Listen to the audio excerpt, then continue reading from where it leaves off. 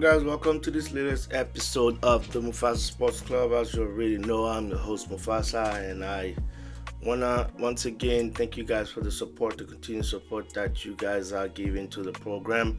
Let's continue to build this channel. As you already know, we are approaching the beginning of the NBA season, and like I've been doing for the past videos, we're gonna take a look at four teams also today and take a look at what their NBA season might look like, what moves have they made, and what the season outlook is from my perspective.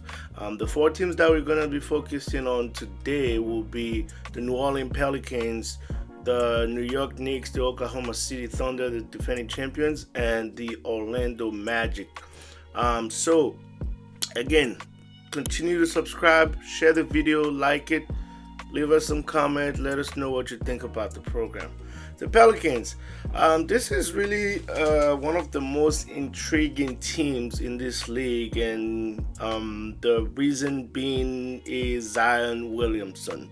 Zion staying healthy, which is a big if, pretty much just like Joel Embiid and Paul George, for instance, is a big if for this team because it's a team that has the potential to make a playoff run and possibly being a very tough out if he's healthy.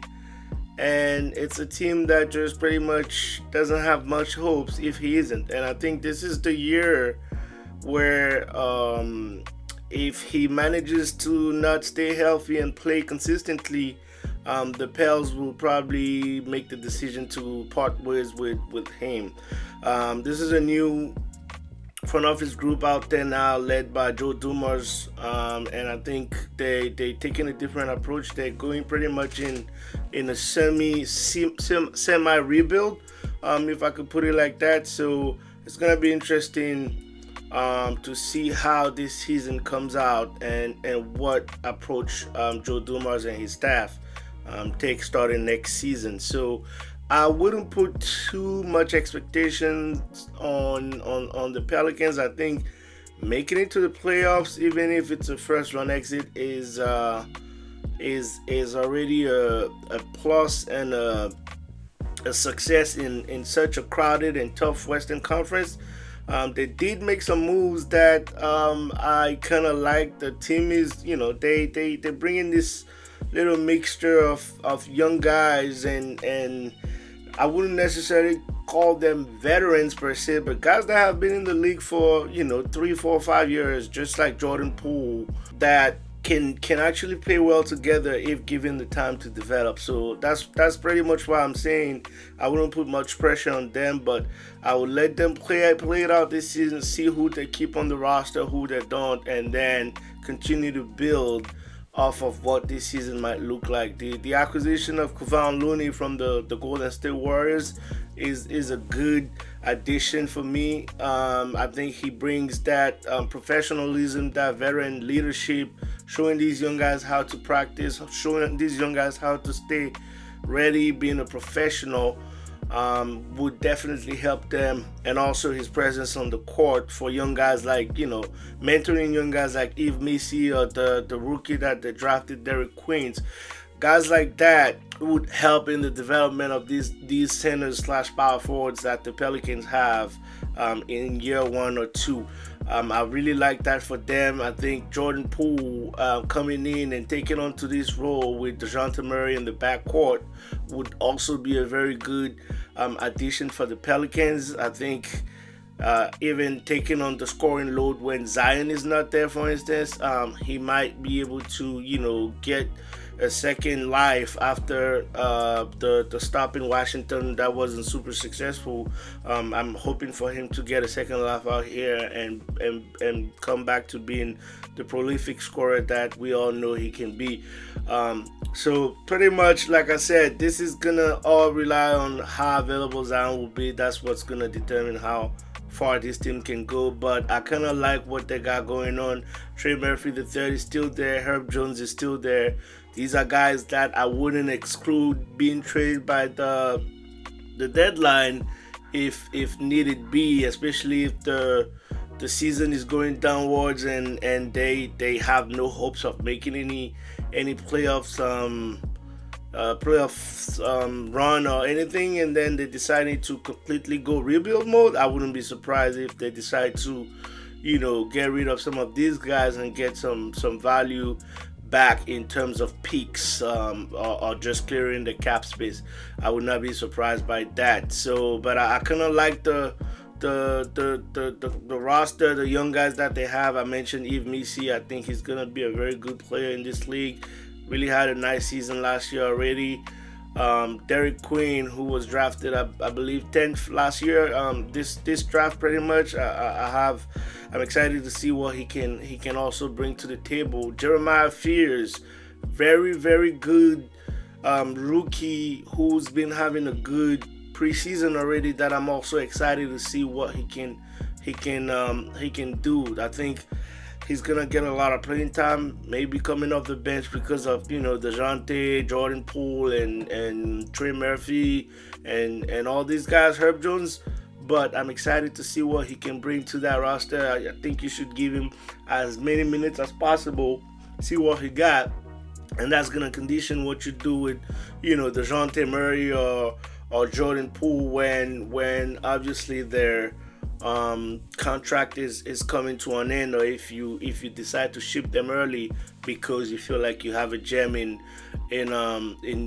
Jeremiah Fears, which I think the Pelicans definitely have. I'm still obviously excited by Jordan Hawkins. Jose Alvarado is still on that roster as well. So Dick Bay was brought on that team as well. So it's a mixture of like I said, very young players, exciting players for the future, and guys that can help compete now if eventually Zion is able to stay healthy and being able to string a good 50, 60 games, maybe 70, who knows, in the season, and staying healthy in the playoffs. But for now, I would not have a high expectation for them. Like I was saying, I think making it to the playoffs is already a success with them in this Western Conference. Like I was saying, whether it's through the play-in or maybe getting one of the last spots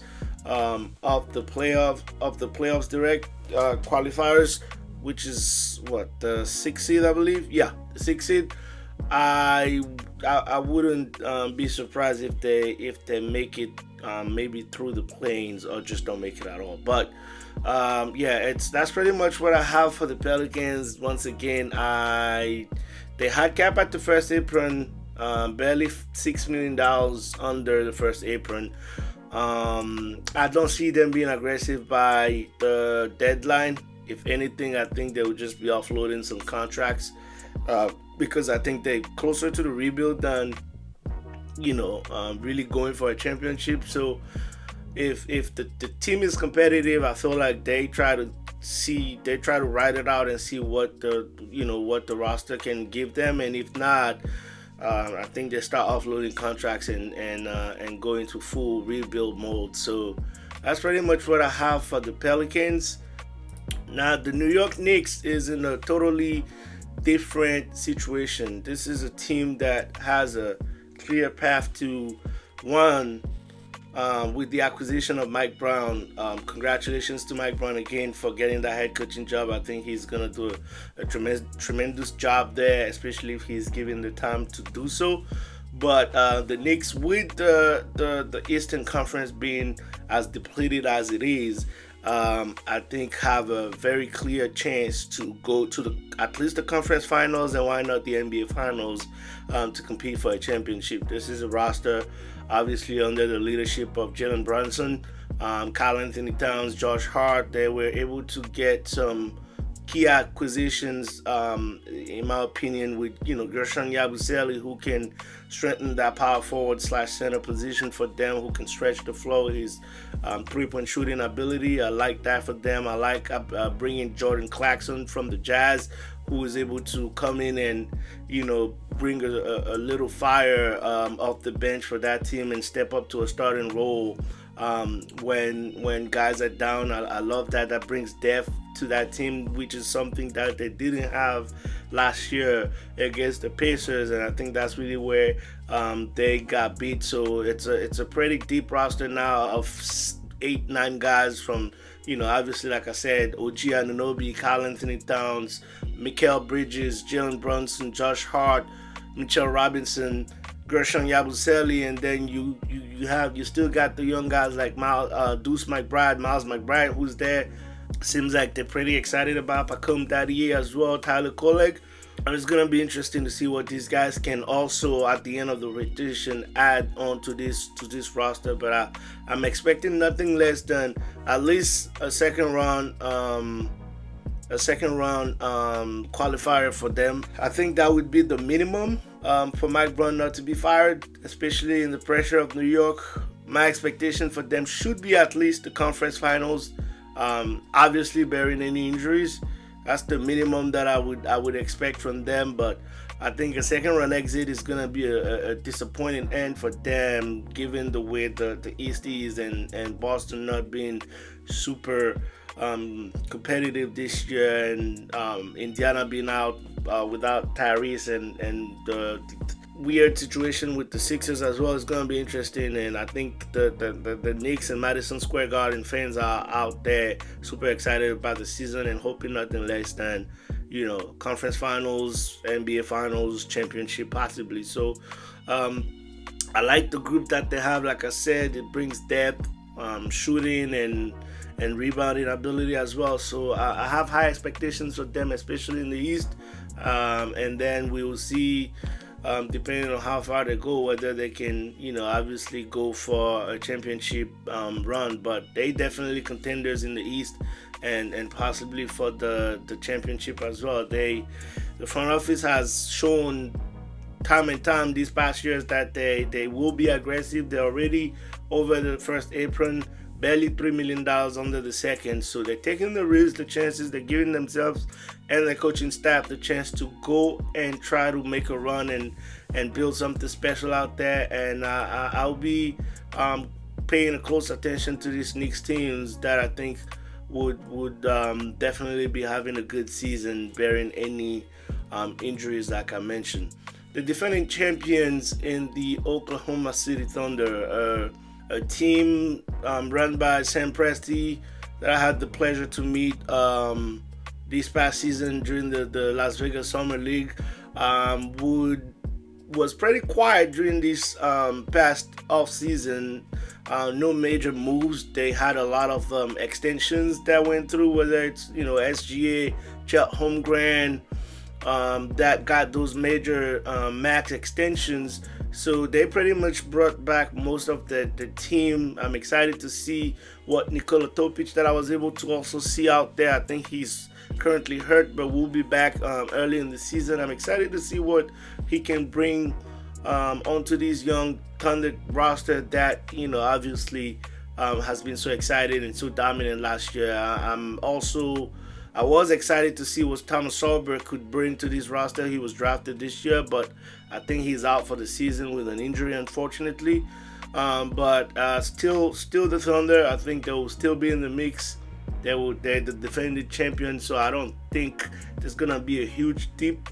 They will be up for a repeat. I'm not sure if they will be able to do it, but they will definitely be dominant again. And I think Mark Daigneault still being on the coaching bench out there as a head coach would also continue to push these guys, and they barely reaching the ceiling of this roster. So obviously SGA is still gonna be in the conversation, I think, for MVP. I'm expecting Chet Holmgren to take another leap. J-Dub, Jalen Williams also to continue to get better. And obviously the veterans, Alex Caruso, Isaiah Hartenstein are still there, along with, Lou Dort. And, the young guys like Isaiah Joe, well, not really young, but, more playing time for him. Hopefully he can continue to develop. Cason Wallace is probably gonna have more opportunity also on this roster. So it's really going to be an interesting season for the Thunder to see whether they go through that championship hangover phase, or if they continue to stay locked in the way they've shown us that they can be. So definitely anything besides a first round exit is gonna be a failure for this roster. I think the minimum is still a second round, and I'm definitely putting them again in the contending bracket there. I think they're obviously some contenders again with all the size and shooting ability and scoring that they have out there with the defending MVP, the reigning MVP. So I'm obviously expecting them to be champions, contenders again. But I think the minimum that I'm expecting from them is the second round or conference finals. Exit will be the least that I can expect from them. Anything besides that, even a second round exit, to be honest with you, could also be treated as a failure for this roster and the way it's been built. Amazingly coached and built, coached by Mark Daigneault and built by Sam Presti out there with the Thunder. So once again, I'm not expecting, unless any major injury, I'm not expecting any major changes from their end. They're still financially really healthy. $8 million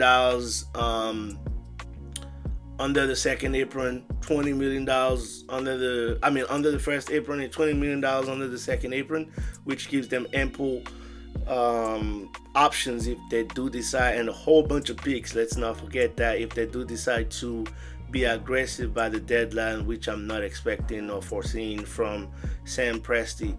Last but not least, for this episode, the Orlando Magic. I think the Magic also have a shot in the East, just for the same reasons that we've been mentioning. I don't love the return, or no, not the return, but the amount of picks that they let go in the Desmond Bane trade.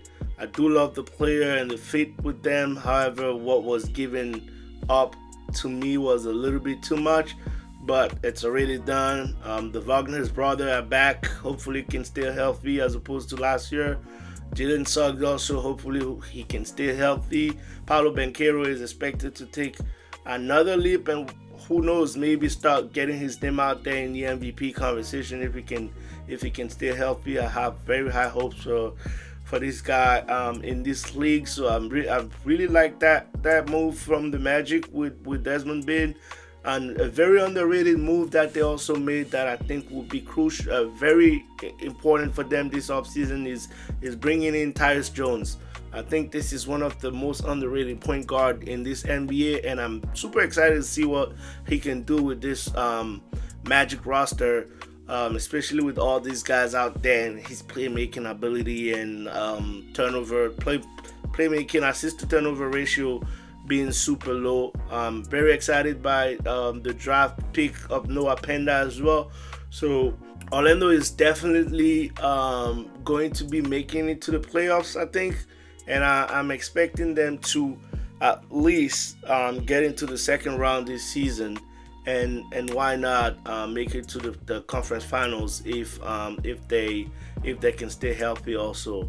I think a first round exit once again would be a disappointment for this roster, especially with the addition of Desmond Bane and Tyus Jones. Like I mentioned, I think they were a little bit aggressive because they see the opportunity, they see the window in the East, and making these moves and giving up as much as you did is not just to get out in the first round. So that's really that's my expectation for the Magic, and we'll see how they perform this season. Obviously under the leadership of Jamal Mosley, who was one of the best coaches in the league, I think, last year, and who's definitely coming on and affirming himself as the one of the best coaches in this league right now. That's pretty much all I have for this episode. Once again, continue to subscribe. Let's grow this channel. Like the videos, share them, and I will catch you guys at the next episode. Ciao.